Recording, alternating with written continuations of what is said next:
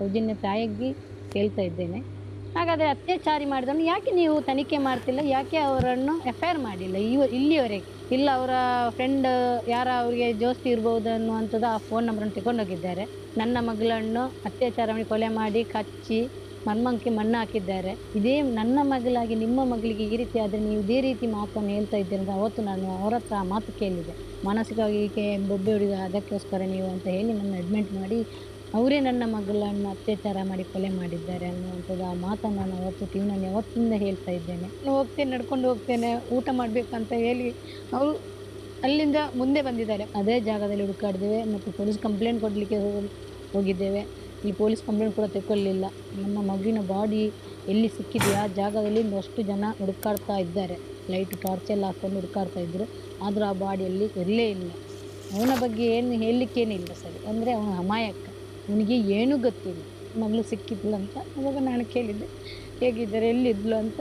ಇಲ್ಲ ಫ್ರೆಂಡ್ ಜೊತೆ ಇದ್ದರು, ಹುಷಾರಿದ್ದಾಳೆ, ಆಸ್ಪತ್ರೆಯಲ್ಲಿದ್ದಂತೆ. ನನಗೆ ಆ ಮಾತು, ನಮಗೆ ಜಾತಿ ಮತ ಯಾವುದಿಲ್ಲ. ನನಗೆ ಜಾತಿ ಅಂದರೆ ನಾನು 11 ವರ್ಷ ಮುಂಚೆ ಕೂಡ ಮುಸ್ಲಿಮರೇ ಹೋರಾಟ ಮಾಡಿದ್ದಾರೆ ಅಂಗಡಿಯಲ್ಲಿ. ಇವಾಗ ಸಡನ್ನಾಗಿ ತಿರುಗಿ ಈ ರೀತಿ ಆಗಿದೆ ಅಂದರೆ ಏನಾದರೂ ಮಾತ್ರೆ ಏನೋ ಪಾಯ್ಸನ್ ಮಾಡಿ ಸಾಯಿಸಿದ್ದಾರೆ ಅನ್ನೋಂತೂ ನನ್ನ ಮನಸ್ಸಲ್ಲಿ ಉಂಟು ಸರ್. ಅದೇನೆಂದರೆ ಯಾರನ್ನೂ ನಂಬಲಿಕ್ಕೆ ಸಾಧ್ಯ ಇಲ್ಲ. ವಾಂತಿ ಮಾಡುವ ಮುಂಚೆ ಹುಷಾರಾಗಿ ಇದ್ದರು. ಮಾತ್ರೆ ಎಲ್ಲ ತುಂಬ ಮಾತ್ರೆ ಇತ್ತು. ಹೋದ ಮರು ದಿವಸವೇ ಬದಲಾವಣೆ ಕೂಡ ನಮಗೆ ಕಂಡು ಬಂದಿದೆ. ಎಷ್ಟೋ ಜನಗಳನ್ನು ನೋಡಿದ್ದೇನೆ ನಾನು ಕೂಡ. ಆದರೆ ಹೇಳುವಂಥ ಪರಿಸ್ಥಿತಿಯಲ್ಲಿ ಇರಲಿಲ್ಲ. ನಮ್ಮ ಜಾಗದಲ್ಲಿ ಕರೆದದ್ದಕ್ಕೆ ನಮ್ಮ ಮೇಲೇ ಕಂಪ್ಲೇಂಟ್ ಮಾಡಿ ಕೇಸ್ ಮಾಡಿದ್ದಾರೆ. ಕಟ್ಟಬಾರ್ದು, ದೊಡ್ಡ ಮನೆ ಕಟ್ಟಬಾರ್ದು, ಜಾಗ ಅವರವರ ಹೆಸರಿಗೆ ಆಗಬಾರ್ದು ಅನ್ನೋಂಥ ಅಷ್ಟೆಲ್ಲ ಬೆದರಿಕೆ. ನಿಮ್ಮ ಸೌಜನ್ಯ ಮಗಳಿಂದ ನಮಗೆಲ್ಲ ರೆಕಾರ್ಡ್ ಆಯಿತು ಅಂತ ಹೇಳ್ತಾ ಇದ್ದಾರೆ. ಇವತ್ತು ಏನು ಮಾಡ್ತಾರೆ, ನಾಳೆ ಏನು ಮಾಡ್ತಾರೆ ಅಂತ ಭಯದಿಂದಲೇ ಜೀವನ ನಡೆಸಿದ್ದ ನಮ್ಮ ಊರಿದು. ಮಗಳಂತ ಎಷ್ಟೋ ಮಕ್ಕಳನ್ನು ಈ ರೀತಿಯಲ್ಲಿ ಅತ್ಯಾಚಾರ ಮಾಡಿ ಬೆತ್ತಲೆಯಾಗಿ ಬಿಸಾಡಿದ್ದಾರೆ. ಇದು ನಮ್ಮ ಮಗಳೇ ಕೊನೆಯಾಗಿದೆಯಲ್ಲ ಇವತ್ತು. ಆದರೆ ನೀವು ₹1 ಕಾಣಿಕೆ ಡಬ್ಬಿಗೆ ಒಂದು ಹಾಕಬೇಕು. ಆ ಕಾಣಿಕೆ ಡಬ್ಬಿಯಿಂದ ಇವತ್ತು ನಮ್ಮಂಥ ಪಾಪದ ಮಕ್ಕಳನ್ನು ಕೊಂದು ಇವತ್ತು ಕೇಸನ್ನೆಲ್ಲ ಮುಚ್ಚಾಕ್ತಾ ಇದ್ದಾರೆ. ಇವತ್ತಿನ ನಿಮಗೆ ನ್ಯಾಯ ಸಿಗಲಿಲ್ಲ. ಇದು ನಾವೇ ಸಾಕ್ಷಿ ಇದಕ್ಕೆ. ಸೌಜನ್ಯ ತಾಯಿಯಾಗಿ ಕೇಳ್ತಾ ಇದ್ದೇನೆ. ಸೌಜನ್ಯನಿಗೆ ನ್ಯಾಯ ಸಿಗಬೇಕಂತ ಸಮೀರ್ MD ಅವರು ವಿಡಿಯೋನು ಬಿಟ್ಟಿದ್ದಾರೆ. ಅದು ಖಂಡಿತವಾಗ್ಲೂ ಸತ್ಯತೆಯನ್ನೇ ಬಿಟ್ಟಿದ್ದಾರೆ. ಅವರ ಮೇಲೆ ಎಫ್.ಐ.ಆರ್ ಆಗಿದೆ. ಅವರನ್ನು ಅರೆಸ್ಟ್ ಮಾಡಬೇಕಂತ ಪೊಲೀಸವರೆಲ್ಲರೂ ಬಂದಿದ್ದಾರೆ.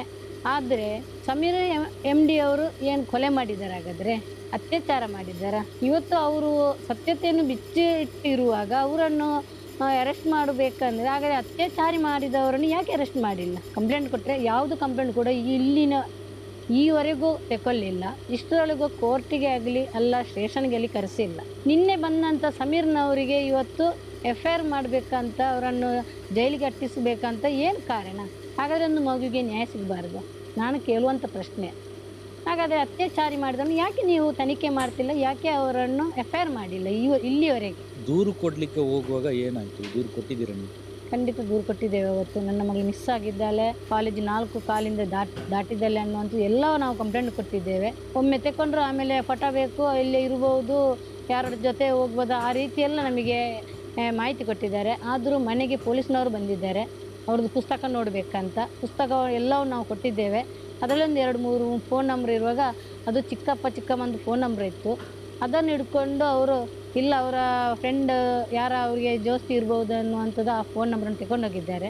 ಯಾವುದು ಕಂಪ್ಲೇಂಟ್ ತಗೊಂಡಿಲ್ಲ. ಇಂಥವರೇ ಮಾಡಿದ್ದು ಅಂತ ನೀವು ಕಂಪ್ಲೇಂಟ್ ಕೊಟ್ಟಾಗ ಏನಂದ್ರು? ನಾವು ಅವತ್ತು ಇಷ್ಟು ಜನ ಇದರಲ್ಲಿದ್ದಾರೆ, ಇಷ್ಟು ಜನದ ಹೆಸರು ನಾನು ಕೊಟ್ಟಿದ್ದೇನೆ, ಕಂಪ್ಲೇಂಟ್ ಕೊಟ್ಟಿದ್ದೇನೆ. ಸಂತೋಷ್ ರಾವಿಂದ ಖಂಡಿತ ಮಾಡಲಿಕ್ಕೆ ಸಾಧ್ಯ ಇಲ್ಲ, ಒಬ್ಬನಿಂದ ಮಾಡಲಿಕ್ಕೆ ಸಾಧ್ಯನೇ ಇಲ್ಲ ಅಂತ ನಾನು ಅವತ್ತು ಕೂಡ ಹೇಳ್ತೇನೆ, ಇವತ್ತು ಕೂಡ ಹೇಳ್ತಾ ಇದ್ದೇನೆ. ಇದರಲ್ಲಿ ಜನ ಇದ್ದಾರೆ, ಇಷ್ಟು ಜನ ಸೇರಿ ನನ್ನ ಮಗಳನ್ನು ಅತ್ಯಾಚಾರ ಮಾಡಿ ಕೊಲೆ ಮಾಡಿ ಕಚ್ಚಿ ಮರ್ಮಂಕಿ ಮಣ್ಣು ಹಾಕಿದ್ದಾರೆ. ಧರ್ಮಸ್ಥಳದಲ್ಲಿ ಇಂಥ ಹಲವಾರು ಕೇಸ್ಗಳು ನಡೆದಿದೆ. ನಿಮಗೆ ಕೂಡ ಇದನ್ನು ಮುಚ್ಚಿ ಹಾಕಿಸಲಿಕ್ಕೆ ಪ್ರಯತ್ನ ಪಟ್ಟಿದ್ರ? ಈ ಕೇಸನ್ನು ನೀವು ಇದನ್ನು ಕಂಪ್ಲೇಂಟ್ ವಾಪಸ್ ತಗೊಳ್ಬೇಕು, ಇದ್ರ ಬಗ್ಗೆ ಮಾತಾಡಬಾರ್ದು ಅನ್ನುವಂಥದ್ದು ಏನೋ ಒಂದು ವಿಚಾರ? ಖಂಡಿತ ಮನೆಗೇನೆ ಜನ ಬಂದಿದೆ.